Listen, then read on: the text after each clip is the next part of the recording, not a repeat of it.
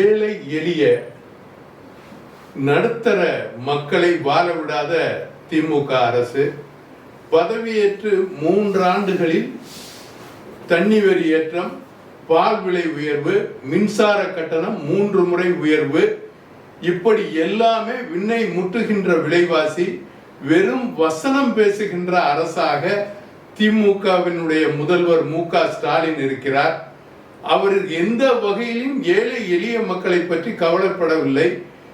எதையெல்லாம் தருகிறோம் என்று இனாமாக தருகிறோம், விலை இல்லாமல் தருகிறோம் என்று சொல்கிறாரோ அந்த அளவுக்கு மேலே மக்களை வாட்டி வதைத்து அவர்களை சுரண்டி அவர்களுடைய வருமானத்தை சுரண்டி பெறக்கூடியவராக இருக்கிறது இந்த அரசு. ஆகவே இந்த அரசால் மக்கள் நலமாக வாழ முடியவில்லை.